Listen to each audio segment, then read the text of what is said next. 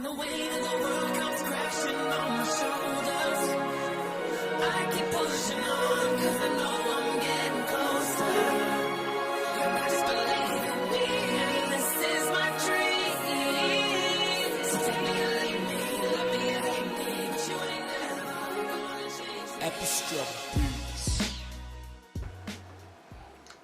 Hi, I'm Joseph Ward, the founder of Live Skilled, Live Fulfilled. And remember, Live Skilled, Live Fulfilled is a comprehensive life skills training and sexual and domestic violence prevention company. In today's video, we're going to be covering objectification and the commercialization of sex. Once again, objectification and the commercialization of sex. Now, what is objectification? For those of you who don't know, objectification is when we take the image of humans or the ideas or the thoughts that we have of human beings and we equate them to objects like this book or this case or something, or this paper. A human being is not seen as a human being. You are seen in the same light as an object. R. Kelly's classic song, "You Remind Me of My Jeep." I know I've talked about this plenty of times, but it's a great example. Equating the woman that he's supposed to be making love to a Jeep, and the whole process that they're going to be going through when they're making love is equating that to the way he would go out in his Jeep and the way he would, I guess you could say, he would be flossing in his Jeep or whatever, right? So he's diminished the idea of a woman down to the same thing as his Jeep.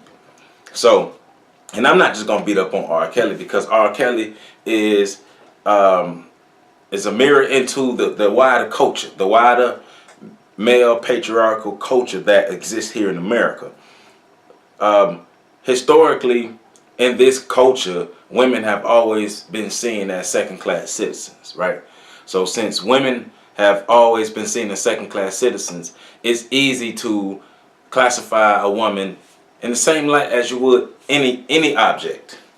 Any object, you're the same as a shoe. As a matter of fact, in some lights in this culture, we view shoes, women, game consoles, cars, clothes. We view all of those with higher standards than women, or in better light than we do women. We place more value on a pair of Michael Jordan shoes than we will a woman. And that's the problem, because when you have those ideas, that leads to the culture of violence against women. That leads to the culture of rape against women.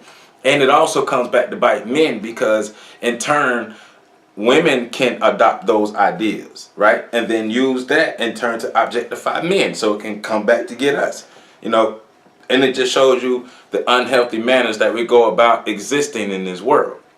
Then we throw in the idea of the commercialization of sex. Sex is for sale. Sex sells, sex sells, sex sells. But nobody has ever asked the question, why does sex sell? Why does sex sell? Why do we allow sex to be commercialized and given to us as if it's a commodity or something like that? Every time you turn the TV on, it's sex. Every time you turn the radio on, it's sex. Every time you open up a magazine, it's sex, sex, sex, sex, sex. We act like we act like human beings have never experienced sex before, like just now in 2015, 2016, just sex is new to everybody. Human beings have been having sex forever. That's how I'm here. That's how you're here. If human beings have been around for millions and hundreds of thousands of years, that means people have been having sex for a long time. But now in these days, sex is for sale. Sex is a commodity, right? We look at sex as something we have to bag up and ship out.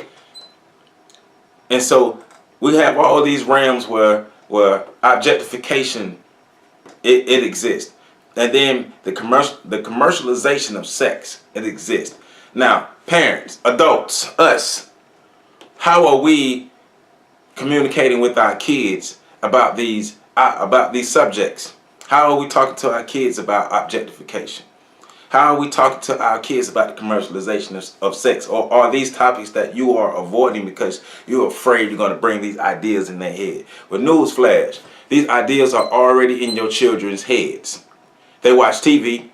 They watch these music videos. They have cell phones. These expensive cell phones that your parents keep buying for these kids that you don't know how to work, that your child knows how to work better than you. Well, guess what? If your child knows how to work these electronic appliances better than you, they have better access to sex than you do. And better access to misinformation when it comes to sex. So what that means is another generation goes in learning the wrong things. Another generation goes in internalizing objectification. Another generation goes in internalizing patriarchy. Another generation goes in internalizing the commercialization of sex.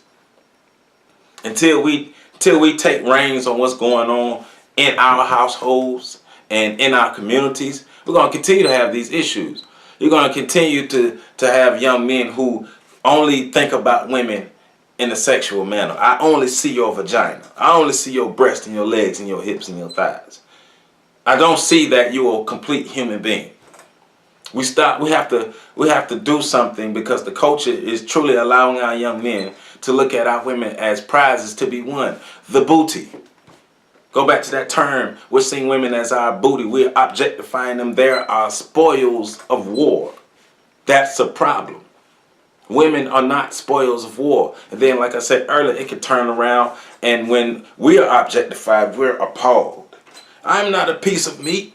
Right. Nobody's a piece of meat, though. It's the society as a whole. We keep adopting these ideas, these cultural and social norms without question. Nobody's questioning why. Just because your mother tells you something don't mean it's necessarily right. Just because your father teaches you something don't mean it's necessarily right. Always ask the question why. Even if you don't have to, if you're living in one of these situations where you can't question your parents, question yourself. Go by yourself and ask yourself these questions. Why? How does this help? How does this hurt? It's especially the adults. Stop just doing stuff and stop giving me the excuse, well, that's just how we always did it. That's crap. That's crap. Women just have always been getting raped. But that don't mean we just allow it to keep happening. Little men have always been getting raped by other men. But that don't mean we just allow it to keep happening. Let's not let these issues happen to people that we love or us personally before we decide to take action towards it. We have to start thinking and start taking better action to change our culture. And if we're not doing these things, we are hurting ourselves in the long run. This stuff can no longer be swept under the rug. I'm going to keep giving you these videos until we start to have better conversations, until we start to have change. We need change. Where's our change? And until we get these change, I'm going to be on the front line out here every chance I get to be giving information and uplifting and teaching young and old people on how to do things differently, because it's time for a change. No more objectification of men or women, especially women though. No more objectification. No more buying into the commercialization of sex. I don't have to be horny to eat a hamburger. Think about that. Some of these places try to even put food in a sexual manner. You eat because you are hungry. And if you don't eat after a while, you die. It has nothing to do with sex. But we buy into these things because the TV, pictures and sound. People learn through pictures and sound. Let's start using these realms to teach better things instead of allowing these negative things to persist in our culture. It's time for a change. No more objectification and no more commercialization of sex. We don't have to buy into that. We don't have to buy into it. We can make things different. Women are not objects.